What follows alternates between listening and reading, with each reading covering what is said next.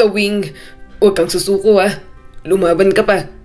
Pakiusap, huwag mo kaming iwan ang ganito. Naluluhang sabi ni Densyo habang pinagmamasdan ang naghihingalong asawa. Nanginginig ang kamay na hinaplos ni Tawing ang mukha niya.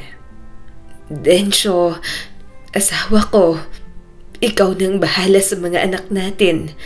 Alagaan mo silang mabuti. Bigyan mo sila ng maayos na kinabukasan. Pasensya ka na. Hindi kita masasamahan pa. Mas lalo siyang naluha. Naririnig niya ang iyak ng kanilang mga anak. Pero kahit ang mga ito, wala na rin namang magagawa. Wala silang pera. Wala silang kakayahan na mapaospital ang asawa niya. Sobrang hirap ng buhay na nakakatakot na dalhin sa ospital ulit dahil alam ni Densyo na walang aasahang iba. Lubog na sila sa utang. Ayaw na rin magpadala ng asawa niya sa ospital dahil ramdam nitong malala na rin naman ang sakit. Tawing! Malakas niyang bulalas nang makitang mas naging grabe ang paghabol sa hininga ng kanyang asawa. Napuno ng mga hikbi ang bahay nila at nang bumitiw na ang kanyang asawa, alam ni Densyo na dapat na siyang sumuko. Madilim pa ang paligid nang magising si Densyo mula sa panaginip na yon. Tumunog ang kama niyang yari sa kawayan nang kumilo siya. Sa labas, tahimik pa ang baryo at may tunog pa ng mga kuliglig. Dahan-dahan siyang bumangon at nirolyo ang banig. Kumirot ang kanyang likod na para bang may mabigat na batong nakapatong sa kanyang gulugod. Napapikit siya sandali, huminga ng malalim, saka pinilit tumayo. Magandang umaga, asawa ko. Mahina niyang bati at tiningnan ang larawan ng kanyang namayapang asawa. Gumising na naman ako nang wala ka sa tabi ko. Luminga si Densyo sa sulok ng bahay. Naroon ang kanyang dalawang anak na sina Luna at Mika. Magkatabi ang mga ito sa banig at mahimbing ang tulog. Share pa sa kumot ang dalawa. Magkahawak pa ang mga kamay na tila takot magkahiwalay kahit sa panaginip. Ang dibdib ni Densyo ay bahagyang gumaan sa tanawing yon. Dahan-dahan siyang kumuha ng lumang tuwalya. Isinabit sa balikat at lumabas ng bahay. Sa labas, sinabayan siya ng malamig na simoy ng hangin. Parang ang lamig ngayon na. Bulong ni Densyo habang naghihilamos sa may poso.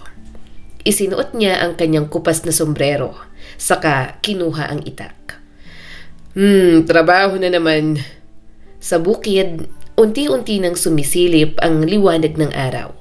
Ang mga tanim niyang mais ay tila nakapila at naghihintay ng pag-aaruga. Lumakad siya sa pagitan ng mga hanay. Sinusuri ang lupa, ang mga dahon at ang mga bunga. Baka mamaya ay may pesta na naman. Kaunti na nga lang ang kita, pepestehin pa. Kaunti pa. Bulong niya habang hinahaplos ang isang puno ng mais. Baka pwede na sa susunod na linggo. Habang nagtatanggal siya ng mga damo, pumasok sa isip niya ang listahan ng gastusin. Baon ng mga bata, pamasahe, mga bayarin sa school, at ang bayarin sa kuryente na ilang buwan niya nang hindi nababayaran. Paano ko pagkakasyahin?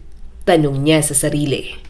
Saan ba ako pwedeng kumita? Sana may ipalinis pa si Ma'am Cornelia. Maya-maya ay bumalik na siya sa bahay. Sa loob ng bahay, nadatnan niyang gising na si Mika. Nagiinit na ito ng tubig sa harap ng tungko. Anak, ako na ang magluluto ng almusal. Maghanda na kayo sa pagpasok. Ako nang haharap dyan sa sinaing at magluluto. Sabi ni Densyo. Tumangon naman si Mika. Sige po, tay. Nang matapos ang sinaing, inayos niya ang mga kahoy na may baga na.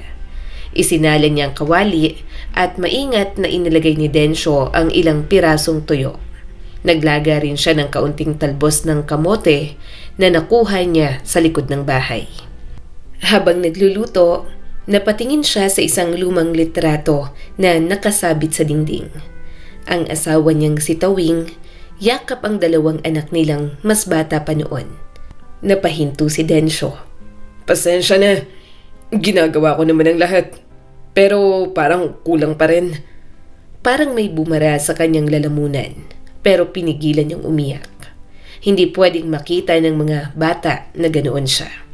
Matibay ang loob ni Densyo, pero alam niya nang mawala si Tawing sa buhay niya, may bahagi sa kanya ang gumuho. Maya-maya, nagising naman si Luna na 9 na taong gulang. Tay! Gising ka na? Agad na sagot ni Densyo at pilit na pinasigla ang boses. Kumain ka muna. Nauna nang maligo ang ate Mika mo. Tay, ano pong ulam?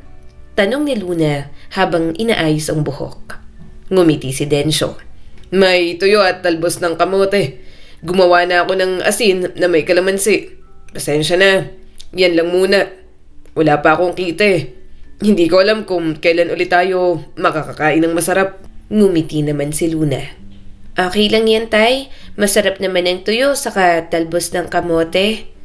Malungkot siyang napangiti. Si Densyo na rin ang naghanda ng baon ng mga ito para sa tanghalian. Medyo malayo kasi ang school ng mga anak niya. Sa kabilang barangay pa, kaya mas ideal na magbaon na lang. Yun nga lang, talbos ng kamote at tuyo rin ang ulam. Pinakamasarap na yatang mabaong ulam ng mga ito, itlog at meatloaf na uutangin niya pa sa tindahan.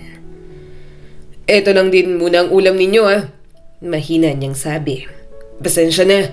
Hindi na ako makautan ng itlog at meatloaf sa tindahan. Hindi na kasi tayo pautangin. Hindi pa raw natin nababayaran yung nakaraang utang. Kasalanan ko rin naman. Hindi ko mabayaran kasi ang dami nating inunang bayaran na mga utang. Ngumiti si Mika na nakapagbihis na. Okay lang po, Tay. Para namang ewan, sanay naman po kami sa ganiyang ulam. Pinagtatawanan ba kayo sa school kapag ganito ang ulam ninyo? Tanong niya sa mga anak. Hindi sumagot si Luna at nagsimula na sa pagkain. Umiling si Mika at binigyan siya ulit ng ngiti. Hindi naman po. Alam naman po nilang buhay natin. Siguro po naiinggit sa ibang may masarap na ulam, pero mas okay na po ito kaysa sa wala, di ba? Saka iniisip ko po na may mas mahirap pa sa atin, kaya hindi pa rin tayo malas. May bahay naman po tayo. Nagkakaroon kami ng baon at nakakapag-aral pa rin. Kaya sa tingin ko, Tay, hindi naman po kami kawawa ni Luna. Nagpa-cute si Luna habang patuloy sa pagnguya. Saka, Tay, magaganda naman po kami. Mga payat lang pero magaganda at matatalino ang anak mo po. Di ba, Tay? Namomroblema man, hindi napigilang tumawa ni Densyo. Oo, magaganda kayo. Manang-mana kayo sa nanay ninyo. Nakakain naman sila ng masarap na ulam. Pero bihira lang. Depende kung nakapag-harvest na siya at nakapagbenta. Subalit kapag wala pa, talagang taghirap sila. Habang kumakain ang mga anak niya, pinagmamasdan ni Densyo ang mga ito. Lumalaki na ang mga anak nila ni Tawing. Habang tumatagal, mas bumibigat ang gastos niya sa mga ito. Gayunpaman, kahit sobrang hirap, ilalaban niya pa rin ang mga ito hanggang sa abot ng makakaya niya. Tay, biglang sabi ni Luna, exam po namin mamaya. Talaga? Tanong ni Densyo sa bunso niyang palaging makwento. Nag-aaral ba kayo ng mabuti? Masayang sumagot si Luna. Opo, nag-aaral po kami ni Ate Mika. Pati kagabi, tinulungan niya nga po ako mag-review. Feeling ko po, makakakuha ako ng maraming tamang sagot, Tay. Napangiti naman si Densyo. Mabuti yan. Basta mag-aaral lang kayo ng mabuti. Yan lang ang tangi kong maibibigay sa inyo. Alam nyo namang hikahus tayo. Alam kong responsibilidad ko bilang tatay ninyo na bigyan kayo ng maayos na buhay. Pero sana nauunawaan ninyo na ganito ang buhay natin. Pasensya na kung dinala namin kayo ng nanay ninyo dito sa mundo na ganito ang buhay natin. Ginagawa ko naman ang lahat ng makakaya ko. Tumingin sa kanya si Mika. Tay, hindi naman po kami nagrereklamo. Nakikita naman po namin na nagsusumika pa rin po kayo kahit mahirap. Hindi po kailanman sumama ang loob namin ni Luna na kayo po ang mga magulang namin. Pera lang naman po ang kulang sa atin. Pero kung sa pagiging magulang nyo ni nanay, labis-labis pa nga po kayo para sa amin. Nangilid ang mga luha ni Densyo. Mahina ang loob niya pagdating sa kanyang mga anak. Bago mamatay si Tawing, binili nito sa kanya na makipagkwentuhan siya palagi sa mga anak nila. Na kahit mga bata ang mga ito, marami pa siyang matututunan. At alam niya na kung ano yon. Pakiramdam ni Densyo, hindi lang niya ang mga anak sina Mika at Luna. Para bang pwede niya ring maging kaibigan ang mga ito. Basta lahat ng hindi ko mapunan, responsibilidad ko yan bilang ama. Mahina niyang sabi. Alam po namin, sabi ni Mika. Pero gusto lang po naming sabihin na okay lang po kami. Wala ka po dapat ipag-alala, tay.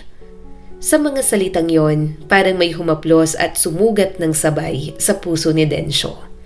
Naging ganoon katatag ang mga anak niya ng ganoon kaaga. Dahil kulang siya bilang ama. Pagkatapos kumain at mag-asikaso, nagmano na sa kanya sina Mika at Luna. Napangiti siya nang makitang nakasuot na ng uniform ang mga ito. Luma na ang suot pero napagtsatsagaan naman. Mag-iingat kayo Mag-aaral ng mabuti. Bili ni Densyo sa mga anak. Pinanood niyang maglakad palayo ang mga ito. Dala ang mga bag na mas mabigat pa yata kaysa sa mga katawan ng mga bata. Nang mawala ang mga ito sa kanyang paningin, saka siya naupo sa bangko sa labas ng bahay. Darating pa kaya ang araw na mabibigyan ko sila ng magandang buhay? Tawing, paano ko ba aayusin ang buhay namin ng mga anak natin? Ang hirap kapag wala ka. Wala akong makwentuhan ng mga nararamdaman ko. Paulit-ulit na naging ganoon ang buhay para kay Densyo. Naghahanap buhay pa rin siya ng maigi. Yun nga lang, mas mahirap dahil wala si Tawing. Siya na nga ang nagsasalta ng pera, siya pa ang nagbabudget. Ayaw niyang ipaubaya sa mga anak dahil gusto niyang maging abala lang ang mga ito sa pag-aaral. Kaya ngayong siya na lang, napagtanto niya na mahirap din talaga ang ginagawa ni Tawing noon. Napabuntong hininga si Densyo. 1, 2, 3, bulong niya habang inaayos ang mga papel na parang umaasang kapag inayos niya ang pagkakasunod-sunod ay aayos din ang mga problema niya. Kinuha niya ang maliit na notebook na ginagamit niyang talaan ng gastos. Lumang-luma na yon. May mga pahinang napunit at may mantsa na ng kape. Doon niya isinusulat ang bawat kinikita at bawat ginagastos. Kung ganito, kulang, sabi niya sa sarili habang dahan-dahang nagsusulat. Hanggang grade 4 lang ang kinaya niya. Pero sa awa ng Diyos, marunong naman siyang magbasa, magsulat at magbilang. Kung babawasan ko to, kulang pa rin. Pinaglaruan niya ang lapis sa pagitan ng mga daliri. Sa labas ng bahay, narinig niya ang mga yabag ng paa. Mukhang abala na ang mga ito na mag-asikaso papuntang school. Ate, ikaw na mauna sa banyo, sabi ni Luna. Napangiti si Densyo at tinigil na muna ang ginagawa. Inasikaso niya na ang mga anak. Kahit nasa high school na si Mika at kaya nang gumalaw ni Luna sa bahay, gusto niya pa rin na inaasikaso ang pangangailangan ng mga ito. Hinanda niya na ang baon at medyo masarap ang ulam. Tig-2 piraso ng hotdog at tig-1 ng itlog. May pera siya ng araw na yon, kaya gusto niya na medyo masarap naman ang ulam ng mga ito sa eskwelahan. Wow naman, hotdog at itlog po ang ulam namin, nakangiting tanong ni Luna. Tumawa si Densyo. Oo, pero dito sa bahay, kamatis na may toyo at walang katapusang talbos ng kamote Siyempre, para naman may mabaon kayong masarap-sarap. Humalakhak si Mika at inilagay sa bag ang baon. Kahit ano naman pong ulam namin, tay, masarap pa rin. Siyempre, ikaw po palagi ang naghahanda. Napailing naman si Densyo. Pumasok na nga kayo. Masyado nyo na akong binubola. Nagtawanan ang mga anak niya. Sa maghapon, wala siya sa bahay para humanap ng pagkakakitaan. Umuuwi na lang siyang pagod at may dalang bigas at ulam. Hinayaan niya ang mga anak ang kumilos at magpahinga na muna siya. Nagising na lang si Densyo na kakain na. Kinagabihan, nakatulog na ang mga anak niya pagkatapos kumain at mag-aral.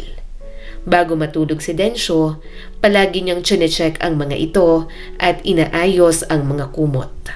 Hanggang sa may napansin siya sa talampakan ni Mika. May kaunting sugat doon na parang hiwa. Agad siyang nag-alala. Anong nangyari dito? Bakit hindi sinabi sa akin na may sugat pala? Pero mukhang nagamot na naman yon ng kanyang anak. Hanggang sa napatingin si Densyo sa mga sapatos ng mga anak niya na ginagamit sa pagpasok. Lumang-luma na ang mga yon at nang tingnan niya ang bandang talampakan, nadurog na agad ang kanyang puso. Ang isang sapatos ni Mika, butas na at ang kay Luna, humihiwalay ng swelas sa sapatos. Hindi nila sinasabi sa akin na kailangan nila kasi alam nilang wala akong maibibigay. Hindi niya napigilang umiyak. Kung pwede lang na hindi magtiis sa hirap ang mga prinsesa niya. Kaso imposible yon dahil hindi siya sapat bilang ama. Kinaumagahan, pinakita niyang hindi niya yun alam at hindi siya naapektuhan. Nakita kasi ni Densyo na hindi iniinda ni Mika ang sugat nito sa paa. Hindi nito pinapakita sa kanya. "Aalis na po kami, Tay," sabi ni Luna at kumaway sa kanya. Kumaway din siya sa mga ito. Mag-iingat kayo. Huminto si Luna sandali, yumuko at kinapkap ang sapatos. Nakita ni Densyo na hindi komportable ang kanyang mga anak sa suot ng mga sapatos. Parang may biglang humigpit sa dibdib niya. Umupo si Densyo sa bangko sa labas ng bahay. Hindi niya namalayan na papahigpit ang hawak niya sa tuwalya. Nakakahiya kang ama. Bulong niya sa hangin. Sarili mong anak, hindi mo maibigay ang mga pangangailangan. Tumayo siya at pumasok sa loob ng bahay. Kinuha niya muli ang notebook. Binuklat niya ang huling pahina. Kung aasahan ko lang talagang ani, aabutin pa ng buwan. Hindi niya kayang hintayin yon. Hindi niya kayang hayaan ang mga anak niyang magtiis sa ganoong kalagayan. Lalo na at may paraan naman kahit mahirap. Kinuha niya ang sombrero at itak. Napagpasyahan niyang dumaan sa kabilang barangay sa bahay ni Ma'am Cornelia. Kilalang may kaya ang pamilya nito. Malawak ang bakuran, may hardin sa harap na puno ng bulaklak at ornamental plants. Paminsan-minsan ay inuupahan siyang maglinis o magtabas ng damo. Kaya sana ay may mapalinis ang mga ito sa kanya ngayon. Huminto si Densyo sa may gate. Saglit siyang nagpunas ng pawis sa noo. Huminga siya ng malalim at saka kumatok. Lumabas ang kasambahay. "Oh, ikaw pala Mang Densyo. Pinatawag ba kayo ni Madam?" Magandang umaga. Magalang nabati ni Densyo. Hindi ako pinatawag pero gusto kong kausapin.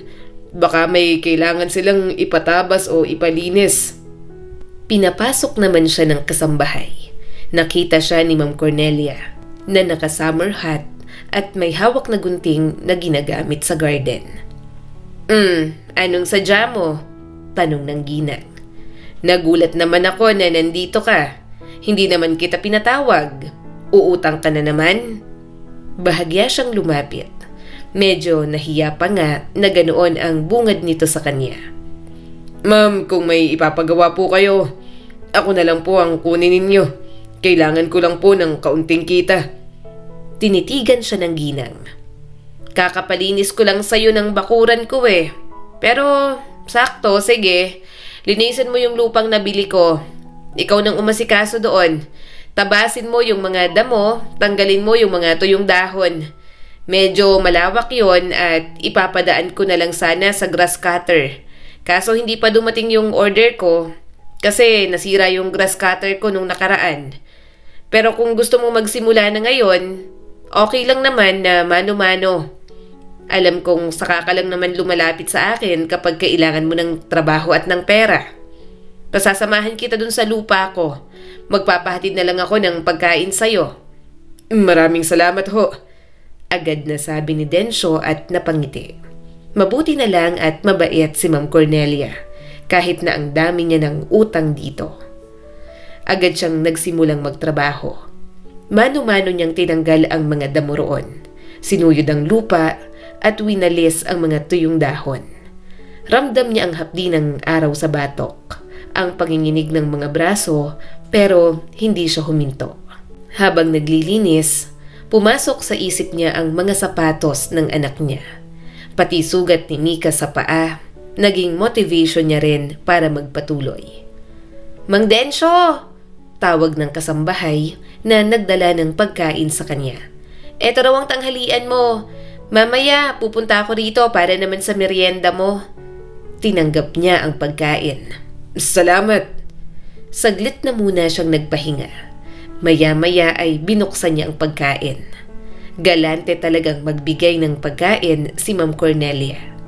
May kanin doon, chapsuy at adobong manok na may 2 piraso ng karne. Kumain si Densyo ng maraming kanin at kaunting gulay. Tinipid niya ang ulam at hindi ginalaw ang adobo. Iuuwi niya yon para yun na lang ang ulam ng mga anak niya sa hapunan. Nang matapos kumain, bumalik na siya sa trabaho. Hindi pa niya natatapos ang trabaho. Pakiramdam niya, mga 2 araw pa bago niya matapos ang pagtatabas ng mga damo roon. "Ang bilis mo talagang kumilos, ano?" Natutuwang sabi ni Ma'am Cornelia habang hawak ang payong. Tumingin siya rito pagkatapos ibigay ng kasambahay sa kanya ang merienda. Napangiti siya nang makitang banana turon yon. Paborito yun ni Luna, kaya tinago niya lang sa eco bag na dala kasama ng tira niyang ulam kanina. "Sa susunod na araw, darating na yung grass cutter ko. Yun ang gagamitin mo para hindi na mahirap. Saka para matapos mo agad. Kaya sa susunod na araw ka na lang bumalik." Saad ni Ginang Cornelia. Kumuha ng 600 sa wallet nito. "Eto ang bayad ko. Balik ka ulit bukas para matapos na to." Tumango naman si Densyo. Sige po, ma'am. Salamat po. Pagkatapos doon, mabilis na siyang umuwi. Nadatnan niyang nandoon ang kanyang mga anak. Abala ang mga ito sa paglalaba. Siya ang bumili ng bigas, kaya saka palang makakapagsaing nang dumating siya. "Mika, Luna, eto na ang ulam ninyo," sabi ni Densyo at inilapag sa mesa ang dala. "Initin nyo na lang. Masarap to. Adobong manok. Tig-isa kayo sa laman saka sa chapsuy. Galing yan kay Ma'am Cornelia. At may pinatrabaho sa akin. Sobrang pagkain ko at hindi ko maubos, kaya dinala ko na lang dito. Kapag naluto ng sinaing, kumain na kayo." Tumango si Mika habang naguhugas ng bigas. "Opo, Tay. Kayo po, kumain na po?" Oo, kumain na ako. Busog pa nga ako.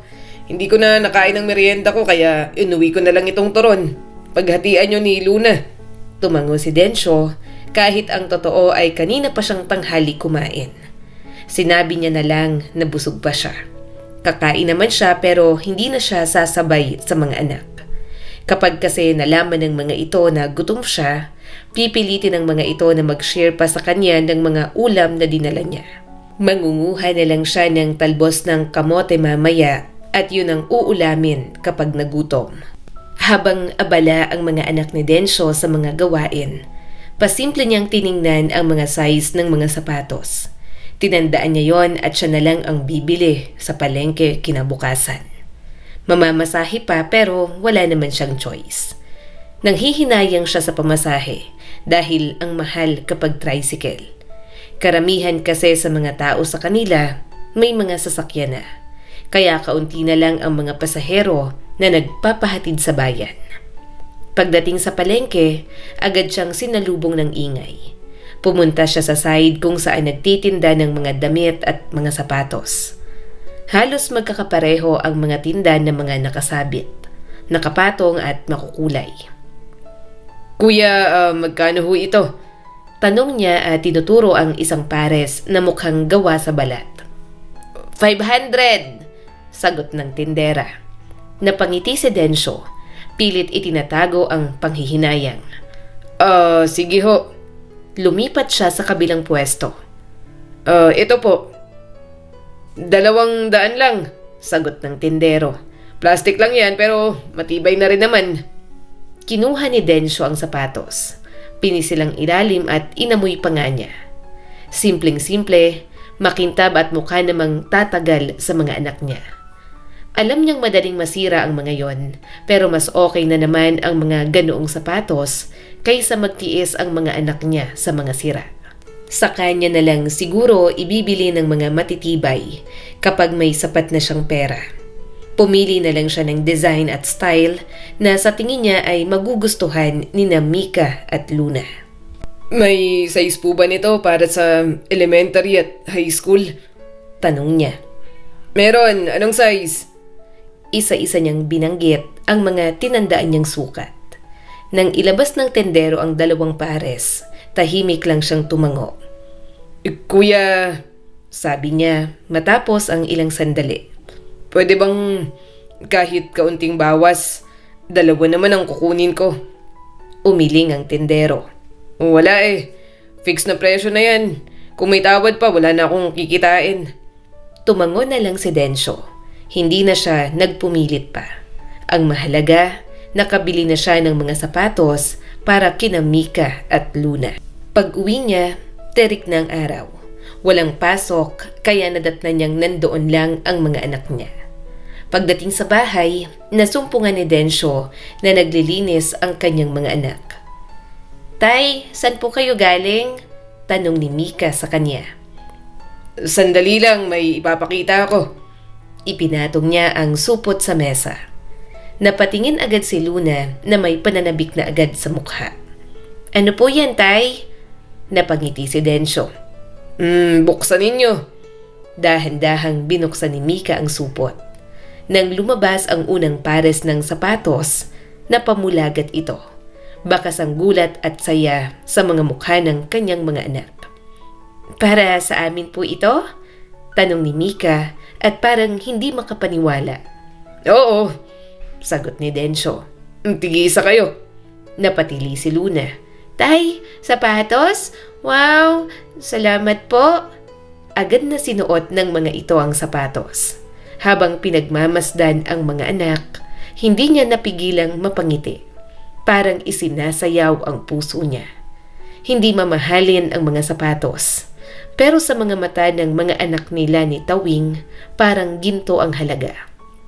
Salamat po, Tay, sabi ni Mika at yumakap sa kanya. Napapikit si Densyo sa mahigpit na yakap ng dalawa. Kapag may kailangan kayo, hindi dapat kayo nahihiyang magsabi sa akin.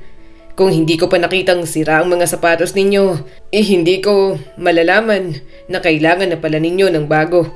Pasensya na, hindi ko kayo mabili ng mas maganda. Hindi po mahalaga yon, sagot ni Mika at binigyan siya ng malawak na ngiti. Basta galing po sa inyo, masaya na po kami ni Luna. Sumang-ayon naman si Luna na nakayakap pa rin sa kanya. Opo, Tay, ang ganda po ng nabili mo. Gustong-gusto ko po. Hindi na po ako magtitiis sa lumang sapatos na laging nakanganga. Sa sandaling yon, nawala ang pagod, ang panghihinayang, ang lahat ng bigat sa dibdib ni Densyo. Ang natira na lang ay ang tahimik na pangako na patuloy niyang gagawin ang lahat kahit mahirap at kahit kulang. Pero hindi lang naman sapatos ang problema kapag mahirap. Hindi yon natatapos sa pagkain, sa pamasahe o sa damit na paulit-ulit na nilalabhan ng mga anak ni Densyo. May mga problemang hindi niya agad nakikita. Mga sugat na hindi nahahawakan. Pero mas masakit kaysa gutom na nararanasan nila kapag wala silang pera. Napansin yon ni Densyo kay Mika. Noong una, inakala niyang simpleng pagod lang. Tahimik si Mika sa umaga, mabagal kumilos, at parang laging may iniisip. Napansin yon ni Densyo kay Mika. Noong una, Inakala niyang simpleng pagod lang. Tahimik si Mika sa umaga, mabagal kumilos at parang laging may iniisip. Dati-rati, ito ang unang gising, unang naliligo at laging masigasig na mag-aral kahit na hindi gaanong katalinuhan. Ngayon, madalas itong parang walang gana at parang napipilitan na lang pumasok. Mika, hindi ka ba papasok? Bakit hindi ka pa kumikilos? Tanong ni Densyo sa kanyang panganay. Umiling ang anak niya. Masakit po ang ulo ko, tay. Sinipat niya ang anak. Wala namang lagnat, wala ring sipon. Pero may kakaiba sa mga mata nito na parang pagod na pagod. Sige, Mahinang sabi ni Densyo. magpahinga ka muna ngayon. Ihahatid ko na lang si Luna hanggang sakayan. Tumango si Mika at nagpatuloy na lang sa paghiga. Kaya naman si Luna ang inasikaso niya. Bata pa at walang kasama ang bunso, kaya sinamahan niya hanggang sakayan. Nang makitang makaalis ng tricycle na sinakyan nito kasamang ibang estudyanteng papasok na rin, doon siya naglakad pa uwi. Kinabukasan, ganoon ulit at kinabukasan pa. Sa ikatlong araw, nagsimula ng kabahan si Densyo. Anak, Sabi niya habang nagkakape. isang araw lang dapat ang pahinga. Baka mapag-iwanan ka. Talaga bang masama ang pakiramdam mo? Hindi agad nakasagot si Mika. Para bang napakarami ng pangamba nito at naghahanap na lang ng pwedeng dahilan. Pwede po bang tumulong na lang ako sa inyo, tay? Sa bukid o sa kung saan man? Natigilan si Densyo. Anong sabi mo? Para po makatulong, mabilis na dagdag ni Mika. Hindi naman po siguro mahalagang pag-aaral, tay? Hindi mahalaga ang pag-aaral? Mariin niyang tanong. Anong sinasabi mo? Saan mo nakuha yan? Anong hindi mahalaga? Nasisiraan ka ba ng ulo? Pinipilit ko mapag-aral kayo para magkaroon kayo ng magandang kinabukasan at hindi kayo matulad sa akin. Tapos eto ka, sasabihin mo sa akin na wala namang halaga ang pag-aaral. Mika, parang sinabi mo na rin na walang kwenta ang ginagawa ko para sa inyo ni Luna. Napayuko si Mika. Sorry po, tay. Mataman niyang tiningnan ang kanyang anak. Anong problema mo? Sabihin mo sa akin. Bakit ayaw mo nang pumasok? Hindi ka naman ganyan dati. Kaya alam kong may naging problema ka. Sabihin mo sa akin. Tatay mo ko kaya dapat alam ko yan. Nanahimik si Mika. Nanginginig ang mga kamay nito at hindi makatingin. Sumagot ka. Tumaas na ang boses niya. Pero agad ding bumaba nang makita ang pamumuo ng luha sa mga mata ng anak. Tay, basag ang boses ni Mika. Nahihiya po ako. Kanino? Saan? Tanong ni Densyo at mas mahinahon na ngayon. Sa kaklase ko po. Ayoko na po kasing pumasok. Ayoko pong makita sila. Umupo si Densyo sa tapat ng anak. Anong nangyari? Hindi agad nakapagsalita si Mika. Huminga ito ng malalim at parang pinipigilan ang pag-iyak. Pero nang magsimula, tuloy-tuloy na. Tay, ako na lang po yung hindi nakakapagbayad ng mga contribution at mga bayarin sa school. May mga project po kami, may mga stage play, may babayaran na module na ginagawa na lang po nilang project. Lahat po sila kasali. Ako lang po ang hindi. Kapag hindi po nakabayad at nakasali sa mga ganon, ibang project po ang gagawin. Kaso yung mga project po na yon, ang hirap din pong gawin. Nanlaki ang mga mata ni Densyo. Bakit hindi mo sinabi sa akin? Alam ko pong wala tayong pera, sagot ni Mika. Ayoko pong dumagdag sa mga alalahanin ninyo, tay. Ang mahal po ng mga kailangan ko sa school, hindi ko na lang po sinasabi. Kumirot ang dibdib niya.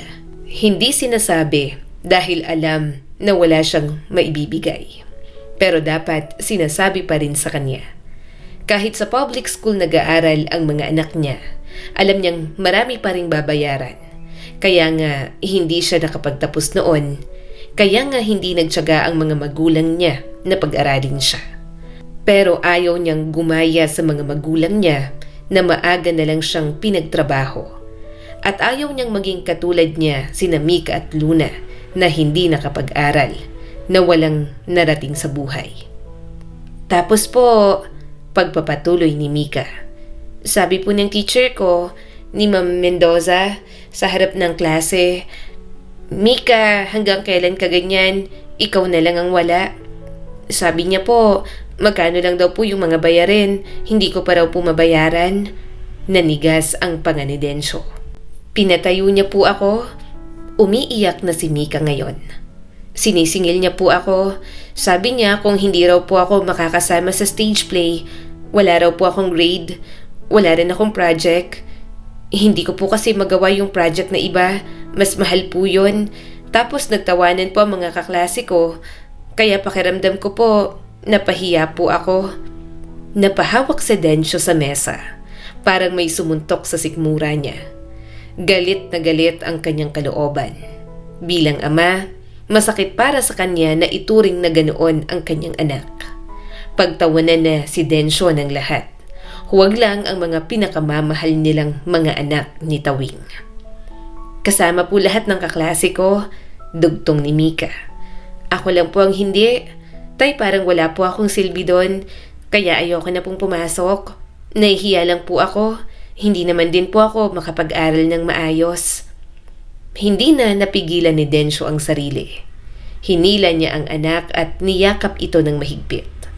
Pagkukulang niya yon. Kung hindi sila mahirap, kung naibibigay niya ang lahat, hindi naman magiging ganoon ang karanasan ni Mika sa school. Nakakalungkot na parang pera na lang ang nagpapaikot sa mundo.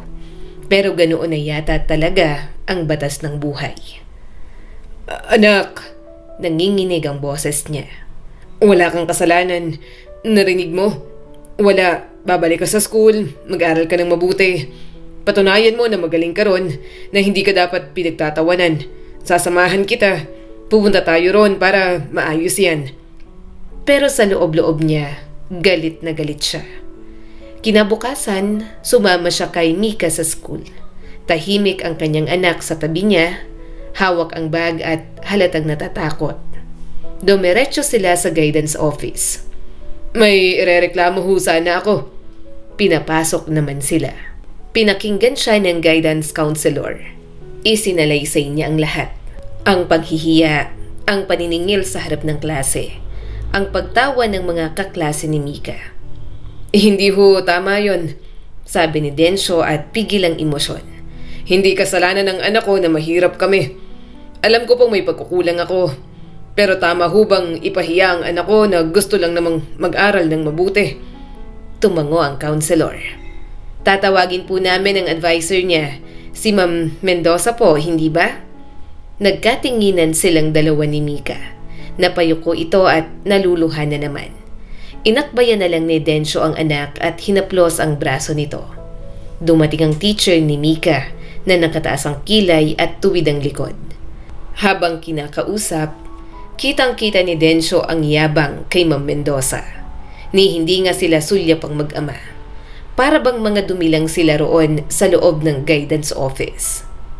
"Ginagawa ko lang po ang trabaho ko," malamig na sabi ni Ma'am Mendoza. "Responsibilidad ng magulang ang bayarin. Siya na lang ang hindi nakakapagbayad." Responsibilidad ko. Oo, Sagot ni Densyo habang nanginginig ang kamay. pero hindi nyo kailangang ipahiya ang bata. "May mahalagang bisita po tayo ngayon," singit ng guidance counselor at napabuntong hininga. "Pwede po bang tapusin na lang natin ito?" Napalingon si Densyo. May narinig siyang mga boses sa labas. May darating raw na mayamang alumni. Abala ang lahat dahil doon, kaya gusto nang tapusin ang mga reklamo niya tungkol kay Ma'am Mendoza. Hindi na raw mauulit at nasabi na naman ni Ma'am Mendoza na hindi niya na po gagawin yon, sabi ng counselor. "Papapasukin na lang po muna namin si Mika para makahabol siya sa mga lessons. Halos 1 linggo na po siyang absent, hindi ba?" Kumunot ang noo ni Densyo. Parang walang halaga ang lahat ng mga sinabi niya. Nagreklamo siya at umaasa siyang may gawing aksyon ng mga ito. Pero parang normal na ibabalik lang sa pagpasok ang anak niya. Wala man lang gagawing parusa sa teacher na namahiya sa kanyang anak. Ni hindi niya man lang narinig na humingi ng sorry. Ganoon na lang po ba yun? Tanong ni Densyo at mababa ang boses. Wala man lang paumanhin? Nakatingin lang sa relo si Ma'am Mendoza at parang hindi pa sincere nang magsalita. Sorry, okay? Mas mabuti pa pong papasukin mo na lang ang anak mo kaysa magtagal tayo. Masyado na siyang nahuhuli sa mga aralin. May mga bisita rin kaming aasikasuhin. Lumabas ang mga ito ng opisina pagkatapos silang palabasin na mag-ama. Hindi na sila pinansin dahil sumama na ang mga ito sa pagsalubong ng mga inaasahang bisita. May mga guro at estudyanteng nakahilera. Narinig ni Densyo ang isang guro. Ay, mayamang alumni pala yan. Ang laki ng donasyon dati. Humigpit ang hawak ni Densyo sa kamay ng kanyang anak. Napangiti siya ng mapait. Hindi siya iintindihin dahil hindi naman siya mayaman. Hindi siya mahalagang tao. Wala siyang pera, sunog ang balat niya, pangit ang kanyang damit at suot lang ang manipis na tsinelas. Ang anak niya, kahit nakasuot ng uniform, mahahalata na agad na mahirap dahil luma ang suot. Nasasaktan si Densyo para sa sarili at para sa kanyang mga anak. Tatay, sorry po ha, papasok na po ako. Hindi ko na lang po papansinin ang mga kaklase ko, saad ng kanyang anak. Hinatid niya ito hanggang room, pinipilit na maging kalmado. Huwag kang mag-sorry, Mika.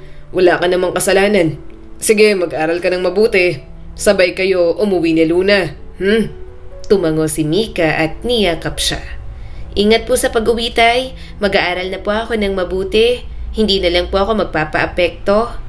Pagdating sa gate, tumigil na muna siya. Hindi niya nakinaya. Umupo siya sandali habang hawak ang dibdib. Tumulo ang luha niya ng tahimik. Mabilis niya yung pinunasan at baka may makakita pa. Parang tae lang akong tinuring, naisip niya. Parang wala akong karapatan magsalita dahil wala akong pera. Habang naglalakad palayo, alam ni Densyo na hindi roon nagtatapos ang pangmamaliit sa kanila. Mahirap sila, pero hindi niya hahayaang iurakan ang dignidad ng mga anak niya. Kahit gaano pa siyang masaktan, tatayo siya. Dahil yon ang kaya niyang ibigay. Ang paninindigan ng isang amang walang pera. Pero may pagmamahal na hindi matatawaran. Uutang ka na naman? Tanong ni Ma'am Cornelia sa kanya nang pumunta siya roon. Bakit? Para saan na naman? Patong-patong ng mga utang mo sa akin. Tapos hindi na naman ako inuuna kapag nagbabayad ka. Bahagyang napayuko si Densyo at nakaramdam ng hiya. Pasensya na ho talaga. Marami lang po talaga kaming naiwang utang ng maospital ang asawa ko. Kada ani mga nakaabang na po sila at naniningil na. Napabuntong hininga ang ginang. Pasalamat ka na mabait ako at hindi ko kailangan palagi ng pera. Para saan ba ang uutangin mo? Para sa mga anak ko lang po, ma'am. May mga babayaran po kasi silang mga contribution at project sa school. Napapahiya na po kasi ang mga anak ko. Hindi ho makabayad. Alam ko naman po na responsibilidad ko yun. Kaso hindi ko na po talaga alam kung saan pa kukuha ng pera. Pangako po, babayaran ko po kayo kapag nakaluwag-luwag na. Napailing si Ma'am Cornelia at nag-abot ng 3,000 sa kanya. Huwag mo nang bayaran. Ayan, bigay ko na lang yan sa mga anak mo. Hindi niya napigilang mapaluha. Salamat ho, ma'am. Sobrang bait niyo po talaga. Tumango-tango ang ginang. Oo na, sige na. Umalis ka na at ibigay mo ang mga kailangan ng mga anak mo. Sabihin mo sa kanila mag-aral ng mabuti. Huwag munang magkaroon ng boyfriend o ng asawa. Magtulungan kayo na umahon sa hirap. Kapag nakaahon na kayo, magiging maginhawa rin ang buhay ninyo. Marahan siyang tumango. Pero para kay Densyo, kahit hindi na siya, kahit mga buhay lang ng mga anak niya ang guminhawa. Hindi naman niya inoobliga sina Mika at Luna na tumanaw ng utang na loob sa kanya. Ang gusto niya lang, makitang maayos ang mga buhay ng mga ito. Kung magbigay at magbalik ng pagmamahal, ipagpapasalamat niya yon ng lubos. Pero hindi siya darating sa punto na pipilitin niyang ibalik ng mga anak ang lahat ng ginawa niya para sa mga ito. Nang matanggap niya ang perang yon, binayaran na nga ni Densyo ang mga kailangang bayaran sa school ng kanyang mga anak. Nang makabayad ang mga ito, nakita niya ang kaunting ginhawa sa mukha ng dalawa. Ang natira, kinain na lang nila ng masarap na pagkain. Pinagluto ni Densyo ng tinolang manok ang mga anak. "Wow! Tatay, ang sarap naman po ng ulam natin." Nakangiting sabi ni Luna habang sinasalina niya ng ulam ang plato ng mga ito. Napangiti naman agad si Densyo. Oo, may labis kasi sa pera. Marami pang manok, kaya ginawa kong adobo para tumagal. May ulam pa tayo bukas hanggang tanghali. Kumain lang kayo ng marami ngayon. "Tay," awat ni Mika nang halos ibigay niya lahat ng laman sa mga anak niya.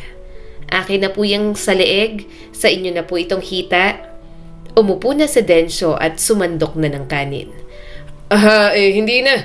Ayos na ako sa leeg at papaya. Umiling si Mika at inilagay ang hita sa plato niya. "Sa'yo na yan, Tay. Akin na po ang leeg. Yung isang parte ko naman, breast part. Saka kapag kumakain po tayo ng masarap, dapat kayo rin po.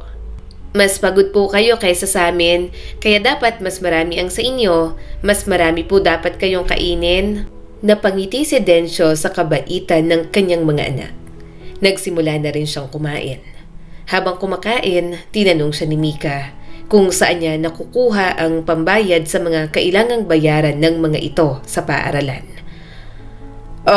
Umutang kasi ako.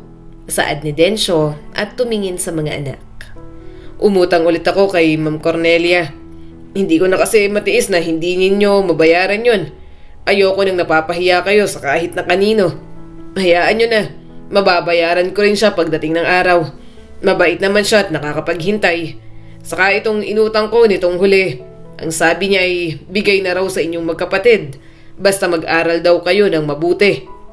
Lumingon sa kanya si Mika at bakas ang guilt sa mukha.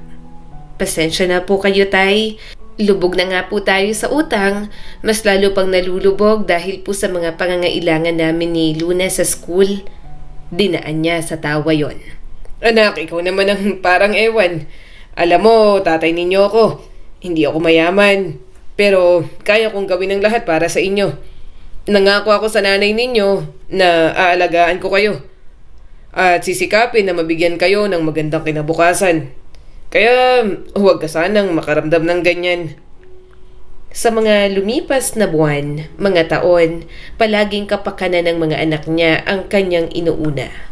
Walang araw na hindi niya iniisip ang mga ito. Hindi na siya naghanap ng ibang asawa. Si Tawing lang ang mahal niya at ina ng kanyang mga anak. Hindi niya na kailangan ng bagong mamahalin kahit pa nga minsan ay nakakaramdam siya ng lungkot sa buhay. Isang hapon, may sumagi sa isip ni Densyo habang nagtataba siya ng tuyong damo sa gilid ng bakuran. Pawis na siya, pero biglang may pumasok na alaala. Malapit na pala ang pista sa kabilang barangay. Taon-taon yon, maingay, makulay, at laging mas masagana kaysa sa barangay nila. Kapag pista sa kanila, ilan lang ang naghahanda. Kabilang ang pamilya ni Densyo na parang normal na araw lang ang pista. Pero tumutulong siya sa handaan ng iba at nakikikain kasama ang mga anak niya. Pista na pala sa San Roque. Bulog niya sa sarili. Mauna nga palang pista doon kaysa dito sa amin. Napahinto siya at sumandal sa haligi ng kanyang bahay. Naalala niya ang pinsan niyang si Ramon. Doon yun nakatira at kung pista, siguradong bongga na naman ang handa. Kilala si Ramon sa ang kanila na may pera na kahit papaano dahil sa pag-abroad. Maayos ang buhay, may malaking bahay at may maliit na negosyo sa bayan. Noong mga bata pa sila, sabay silang tumatakbo sa putikan. Ngayon, magkaiba na ang mundo nila. Maghahanda yun, sabi ni Densyo. At pista naman, bukas sa lahat ang mga bahay. Hindi niya balak manghingi ng anuman. Hindi rin niya inaasahang tratuhin sila ng espesyal. Gusto lang niyang maranasan ng mga anak niya ang pista. Ang saya, ang ingay, ang pagkain na bihirang matikman ng mga ito. Lalo na ng mga sandaling yon. Ilang araw na din kasi silang tuyo, noodles at minsan ay toyo na lang ang ulam. Sawang-sawa na sila sa talbos ng kamote. Kapag walang bigas, nagtsatsaga sila sa kamote na walang lasa. Naaawa na siya sa mga anak niya. Kaya gusto niyang makakain naman kahit papaano ng masasarap ang mga ito. Kung wala lang talaga siyang mga utang na binabayaran, hindi niya hahayaang kumain ng ganoon ang mga anak niya. Pagpasok niya sa bahay, nadatnan niyang nag-aaral si Mika habang si Luna ay naglalaro ng tansan sa sahig. "Tay," tawag ni Luna. "Bakit po parang masaya kayo?" Napangiti si Densyo. May naalala lang ako. "Ano po?" tanong ni Mika at hindi inaangat ang tingin mula sa notebook. May pista sa San Roque sa susunod na linggo, sabi niya. Biglang napatingin si Luna. "Pista? Yung may mga banderitas po at Santa Cruzan? Tapos lahat po ng bahay may handang pagkain? Tapos po may mga pumupuntang nagtitinda sa mga tiyangge? Mga laruan, ice cream, cotton candy, saka mga sisiw na may kulay?" Oo, tumawa si Densyo. At prosesyon at maraming pagkain. Lumaki ang mata ni Luna. "May lechon po ba?" Sigurado, sagot ni Densyo kahit hindi naman niya tiyak. Ngumiti rin si Mika bagamat mas mahinahon. Makakapunta po ba tayo?" Saglit na nag-isip si Densyo. Oo, pupunta tayo. Makikipista tayo ron. May pinsan ako doon, yung si Ramon. Siguradong maraming handa yun. Kauwi lang nun galing sa abroad eh. Kapag pista naman, bukas lahat para sa bisita. Kaya may makakain tayo ron. Tumalon-talon si Luna sa tuwa. "Yay! Tay, anong isusuot ko?" Napangiti si Densyo. Nang dumating ang araw ng pista sa kabilang barangay, nagbihis sila ng pinakadesente nilang damit. Naglakad na lang silang mag-ama. Bukod sa walang pera, traffic din at mas maraming tao ang naglalakad. Nang makarating sa bahay ni Ramon, bukas ang gate nito. May mga sasakyan na nakapark sa loob at sa malapit. Wala itong handa sa labas ng bahay, katulad ng nakikita niya sa ibang mas malalaking bahay. Kaya pakiramdam ni Densyo, nasa loob ang lahat ng handa nito. Halina kayo, pasok na tayo mga anak. Marahan niyang sabi kina Mika at Luna. Nang makalapit sa bahay, narinig ni Densyo ang ingay at tawanan sa loob. Nang sumilip siya, maraming ang bisita si Ramon. Medyo nahiya siya at hindi niya alam kung paano sila papasok ng mga anak niya. Lalo na at mukha nga na may kaya rin at bihis na bihis ang mga bisita ng pinsan niya. Mabuti na lang at lumabas si Ramon. Nagulat ito nang makita siya. "Oh, nandito pala kayo." Nginitian naman ni Densyo ang pinsan niya. Oo, makikikain kami. Pista ngayon, di ba?" Tumango si Ramon. "Oh, sige lang. Pero dyan muna kayo. Upo muna kayo dyan sa may bangko sa gilid. Marami pang tao sa loob eh. Hindi na tayo kasya. Magpapadala ako ng pagkain dito sa labas para makakain kayo."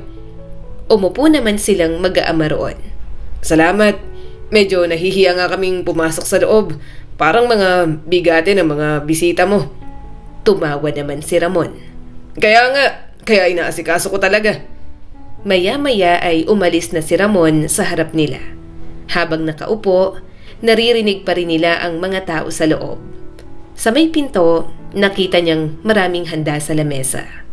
Nakatingin doon sina Luna at Mika. Katulad niya ay matyagang naghihintay na makapasok sila at makakuha ng pagkain. Yun nga lang, parami na ng parami ang mga bisita ni Ramon na pumapasok sa loob. Lahat ay may sasakyan din, kaya mas lalo na silang nahiya ng mga anak niya. Nakita niya rin sina Ramon at ang asawa nito na pabalik-balik. Nahihiya naman siyang tawagin dahil mukhang abala pa ang mga ito sa tuloy-tuloy na bisita. Hanggang sa namalayan na lang nila na 4 na oras na pala silang naghihintay doon. Ramon, Tumayo agad si Densyo nang tumayo ito. pwede na ba kaming pumasok? Napatingin si Ramon sa loob. Marami pa akong bisita eh. Naubos na nga yung kanin. Magsasaing pa ulit. Maghintay pa kayo dyan. Pagkatapos sabihin yon, basta na lamang siyang iniwan doon. Medyo natulala pa si Densyo. Nagsisising pumunta pa sila roon. Hindi sila aasikasuhin dahil hindi naman sila naimbita. Nagutom lang ang mga anak niya kakahintay sa wala. Gusto niyang pumasok sa loob, pero kung nagpumilit silang mag-ama, pakiramdam niya ay pagtitinginan lamang sila ng ibang mga bisita. "Tay," tawag sa kanya ni Mika. Humarap siya sa mga ito at pinilit na ngumiti. Umuwi na lang tayo, mga anak. Sa bahay na lang tayo kumain. Hindi nagsalita sina Mika at Luna. Pero sa mukha ng mga ito na naiintindihan ang mga nangyayari. Sa araw na yon, binaliwala sila ng pinsan niyang si Ramon. Naglakad na lang sila palayo sa bahay na yon. Nalulungkot siya para sa kanyang mga anak. Kung may pera lang sana sila, hindi sana sila nagtitiis na ganoon. Hindi sana sila mukhang walang kwenta sa mata ng ibang tao.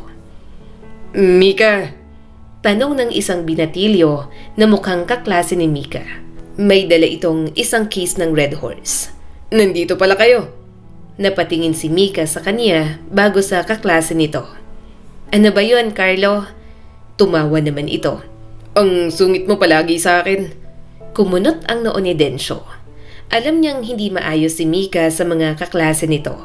Kung isa ito sa mga nangaasar sa panganay niya, aalis na lang sila roon.